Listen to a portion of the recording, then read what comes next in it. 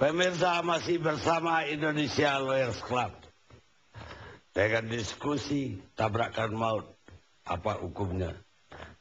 Kami sesungguhnya mengundang semua yang terlibat dalam kecelakaan, yaitu para korban. Tapi para korban nggak ada yang bersedia hadir dan mengirimkan akta perdamaiannya kepada saya. Tebal sekali. Karena masing-masing udah tanda tangan akta perdamaian.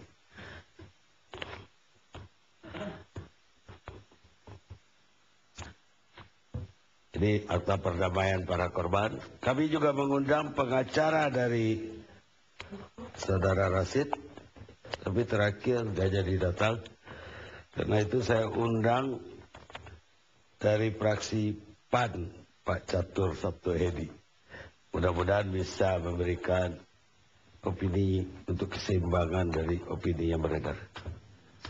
Bagaimana Pak Catur menanggapi kasus ini? Terima kasih Pak Pengkarni yang tadi saya senang sekali waktu di depan Pak Karni menyampaikan bahwa forum ini untuk mencari keadilan bukan menghakimi. Ya. Karena memang keadilan itu jauh lebih tinggi dari hukum. Dan lebih dari itu adalah akhlak. Dan akhlak itu sudah dipraktekkan oleh Saudara Rasid waktu kejadian itu. Jadi dia sesuai dengan pasal 231, karena dia melebihi hukum. Akhlak itu di atas hukum, di atas akhlak itu ada takwa namanya. Nah, dia sudah melaksanakan akhlaknya dengan baik. Dan dia menghentikan mobilnya, kemudian dia menolong korban seperti yang disampaikan oleh Rangga tadi. Saya konfirmasi ulang bahwa betul Rasid itu seperti itu. Ya, dan saya sebagai sahabat Pak Hatta itu mengenal Rasid itu dari kecil, dari SD sampai sekarang mahasiswa. Itu memang anak ini sejak kecilnya itu agak lain, dan dia dekat dengan tidak hanya penghuni komplek, tapi dekat dengan kaum duafa yang di luar komplek. Jadi kebiasaan-kebiasaan dari kecil sampai sekarang yang tadi Pak Anwar sampaikan bahwa Rasid itu ada yang baik, itu saya punya kesaksian itu betul. Dan sekarang di Inggris pun dia kalau dibelikan baju dia cari yang baju-baju jaket-jaket bekas itu. Jadi lain ini, bukan seperti anak orang yang mempunyai, tapi dia seperti orang kebanyakan biasa. Jadi apa yang dilakukan Rasid, kemudian saya dengar juga di sana dia tidak pakai mobil, dia naik ya, dia angkutan umum. Betul, dan dia naik sepeda dipanggul sendiri gitu ya, dan tidak ada keistimewaan sama sekali sana itu. Jadi apa yang dilakukan itu ini betul-betul musibah, dan tidak, anaknya saya bisa memahami kalau dia stres berat begitu, karena anaknya kan nggak pernah melihat darah, nggak pernah nakal, nggak pernah. Begitu melihat korbannya meninggal itu langsung stres berat lah.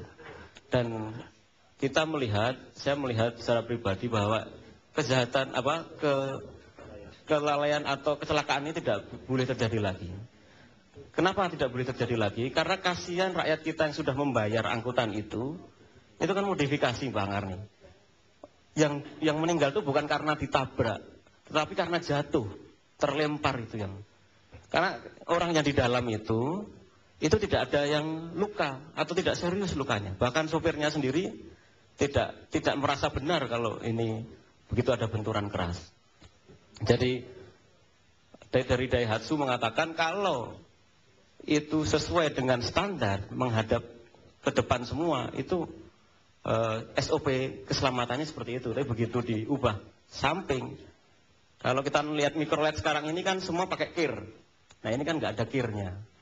Nah kalau nggak ada kirnya, tidak ada standar yang diuji kelayakan yang dilalui, maka yang kasihan adalah rakyat kita yang harus dilindungi oleh negara ini.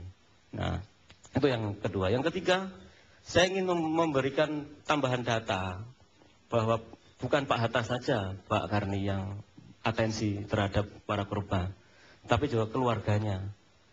di beberapa di stasiun televisi swasta mengatakan bahwa keluarga Pak Hatta tidak ada yang ke Sukabumi. Saya akan meluruskan bahwa Pak Hatta menyebarkan adik-adiknya, keluarganya untuk mendampingi seluruh korban. Tidak hanya yang meninggal, tapi yang operasi juga ditunggui oleh keluarganya. Sampai selesai seluruhnya diperhatikan. Saya pribadi Pak Karni mempunyai pengalaman, saya paham betul, bisa merasakan pedihnya sebagai korban. Seluruh keluarga saya itu pernah mengalami kecelakaan kecuali saya. Orang tua saya, bapak ibu saya ketabrak truk di Jakarta, Jogja, Magelang, itu ibu saya meninggal. Kemudian kakak saya nomor 1, nomor 2, ketabrak angkutan umum, itu kakak saya nomor 1 meninggal. Kita, ya sebagai keluarga korban, kita menerima sebagai, ya ini takdir. Tetapi memang ke depan, kita tidak, standar safety dan lain-lain itu memang harus diperbaiki kalau kita mau bernegara dengan baik. Saya kira itu, dan saya terima kasih betul diundang di forum ini, dan saya memberikan apresiasi pada Pak Karni dan teman-teman lain yang menghadirkan kecermatan, kejernihan melihat kasus ini adalah musibah dan ini kecelakaan, dan ini tidak boleh terjadi lagi di kemudian hari. Harus kita eliminasi. Apa benar Rasid harus balik tanggal 7 dan ujian di sana, dan gara-gara ini tidak jadi ujian? Saya dengar begitu. Tapi ya itu karena musibah ya harus direlakan, tapi ini harus diikuti semuanya. Dan Pak Hatta taat akan proses hukum. Kemarin juga sebetulnya malam itu saya sempat ngobrol lama dengan beliau bahwa dokter sebetulnya tidak mengizinkan, tetapi karena hukum harus berjalan, ya terpaksa Rasid dijemput, kemudian diperiksa apapun yang terjadi sampai akhirnya ya kita tahu sampai pingsan dan harus dilarikan ke rumah sakit lagi. Baik, Pak Catur, saya mau ke Pak Yani dari fraksi lain. Saya kira yang pertama, kalau dalam kasus putranya Pak Hatta, saya kira apa yang dikemukakan oleh kawan-kawan tadi, ya seperti itulah, apa adanya seperti itu. Ini adalah sebuah kecelakaan yang tidak semua orang menginginkan. Respon yang diberikan saya kira sudah cukup profesional. Tapi saya ingin memberikan catatan, Bang Karni, ke Dinas Perhubungan tadi. Kalau kita membaca betul Undang-Undang Nomor 2 tahun 2009, ini problem kita ada di sini. Sebenarnya Bang Karni tadi tidak lanjut pertanyaan. Karena setiap kendaraan bermotor yang dioperasikan di jalan itu pasal 48 ayat 1 Undang-Undang Nomor 2 itu harus memenuhi 2. Persyaratan teknis pasal 48 ayat 2, persyaratan laik jalan pasal 48 ayat 3. Untuk memenuhi persyaratan teknis dan persyaratan lain ini ada pengujian fisik kendaraan bermotor. Problem kita ada di sini. Pertanyaan kita, apakah betul telah terjadi sesungguhnya pengujian fisik kendaraan bermotor kita itu terhadap mobil? Contoh mobil kita ini, menurut saya itu tidak layak, tidak wajib izin mobil itu keluar. Mobil itu tidak ada hidungnya, tidak panjang. Ya. Mobil Luxo ini mobil Luxo ini kenapa keluar? Ini Bang Karni, izin pro ini hampir rata-rata pengujian fisik semua ini pro forma, hampir rata-rata dicek kualitasnya. Coba berbeda dengan mobil-mobil Eropa, kan mobilnya kerupuk, ini kaleng kerupuk semua ini. Ini betul-betul ini tidak melindungi tumpah darah tadi. Lihat jalan tol. Di Singapura ada tuh sensor kecepatan itu, pasti kita nggak ada. Nah, setelah ini semua ada namanya lulus pengujian. Dari lulus pengujian baru terbit surat izin tipe, SUT namanya, pasal 55 ayat 1. Baru registrasi polisi. Baru ada namanya sistem manajemen kendaraan motor. Baru keluar STNK PPKB. Keluar STNK PPKB baru keluar plat nomor sesuai dengan kode wilayah. Nah, untuk kasus Pak Dahlan ini dia bypass semua, Pak. Kasus Pak Dahlan jangan kita lupa, ada kasus Dahlan Iskan juga. Bang Karni sudah ada tadi. Dahlan Iskan, kalau menurut saya, dia tidak kelalaian. Bisa-bisa adalah kejahatan terencana.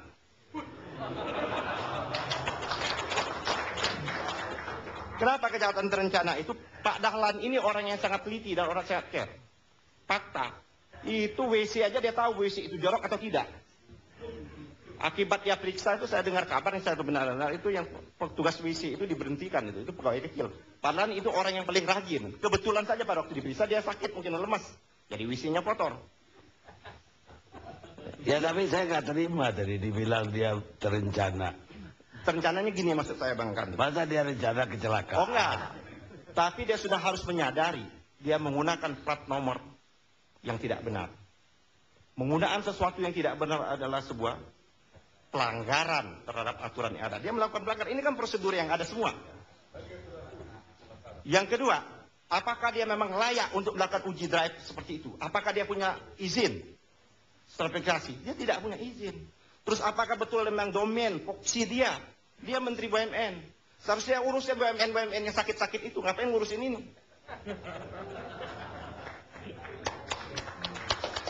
Nah jadi ini saya kira Pak Dahlan ini, apalagi dia buat nomor polisinya DI 19. Apa ini ada DI ini? Sejak kapan ada wilayah Indonesia punya DI? Tadi dia menyatakan menutupi lagi. Ini kalau pejabat melakukan kebohongan publik, dia akan tutup dengan kebohongan publik yang berikutnya. Ini untuk aksesoris. Oke kalau kita aksesoris. Kalau dia ada aksesoris, ada yang nomor plat yang aslinya. Bosnya mobilnya kakanda kita ini ada mobil California, itu aksesoris plat California, seperti itu kan. Kandidat doktor tadi kan. Jadi menurut saya, ini yang lebih serius daripada kasusnya Pak Atta Rajasa. Karena ini dia tidak memberikan kecontohan dan keteladanan Pak Dahlan Iskan ini. Menurut saya sudah layak dia mundur jadi menteri. Terima kasih Bang Kapten. Pak Sugiar, ada jawaban terhadap beliau ini? Ya, jadi kalau bicara tentang aturan, saya pikir Pak Yani karena di Komisi 3 itu sudah benar karena memang itu aturannya. Hanya yang saya ingin klarifikasi, bahwasannya kalau dikatakan Luxio itu tidak memenuhi standar kelaikan jalan, ini yang kita perlu mengklarifikasi. Apakah karena dia bilang kaleng, seluruh kendaraan itu harus standar pakai nomor katakanlah yang tingkat safety-nya seperti katakanlah Monas, terpaksa saya menyebut nama, misalnya merek-merek yang seperti Volvo atau Mercy, BMW. Kalau itu semua mengikuti, harganya jadi berapa? Jadi dalam pengaturan standar keselamatan itu memang kita berpedoman pada standar minimum. Jadi ada 11 item untuk uji layak jalan dan ada 9 item untuk persyaratan teknis. Dan semua itu dilakukan. Dan saya dalam hal ini, forum ini memberikan garansi bahwa semua pengujian tipe yang dilakukan di Balai Uji Pengujian kami di Jakarta dilakukan dengan benar. Kalau ditemukan ada yang tidak benar, dalam forum ini saya sebagai Direktur LRJ menyatakan bertanggung jawab dan bersedia diberhentikan kalau ditemukan siapapun di dalam forum ini atau ada pemeriksa yang mengatakan kita tidak benar. Saya memberikan garansi untuk itu. Bahwasanya barangkali Pak Yani juga menyatakan mengambil kesimpulan itu di dalam uji itu ada 2. Ada yang namanya uji tipe, itu untuk kendaraan yang akan diproduksi maupun dioperasikan di jalan. Maupun impor, itu dilakukan oleh pusat. Hanya ada 1 di balai. Tapi ada yang di dalam era otonomi, ada uji berkala yang untuk angkutan umum dan untuk mobil barang. Ini yang memang menjadi PR saya juga di sini, walaupun itu menjadi kewenangan daerah, untuk membina. Karena memang ada daerah-daerah yang karena kemampuan daerah nggak punya alat. Bagaimana menguji tanpa alat? Dan ini harus sama-sama seperti Pak Noval tadi sampaikan dari Polri, harus bagian dari program aksi. Jadi pembinaan keselamatan terhadap aspek kelaikan jalan, walaupun itu menjadi domain daerah, tetap Menteri Perhubungan bertanggung jawab. Dan karena itu memang harus didorong. Contoh yang lain tadi yang Pak Yani sampaikan, masalah di Singapura ada deteksi kecepatan. Dan itu betul. Dan ini sebetulnya didorong di dalam undang-undang penggunaan teknologi dalam menegakkan law enforcement. Karena tidak mungkin rekan-rekan kepolisian bisa mendeteksi pelanggaran kecepatan tanpa digunakan alat. Nah, melalui forum ini mungkin dengan DPR dan sebagainya kita bisa dukung program anggaran apakah oleh kepolisian atau jasa marga atau perhubungan untuk bisa dimulai mendeteksi pelanggaran batas kecepatan. Karena di situ awal terjadinya kecelakaan. Jadi Pak Sugiarto tanggung jawab Komisi 3 di mana Pak Yani juga ada menyiapkan anggaran untuk sensor juga. Bukan. Kita ya, baik, makasih. Setuju itu.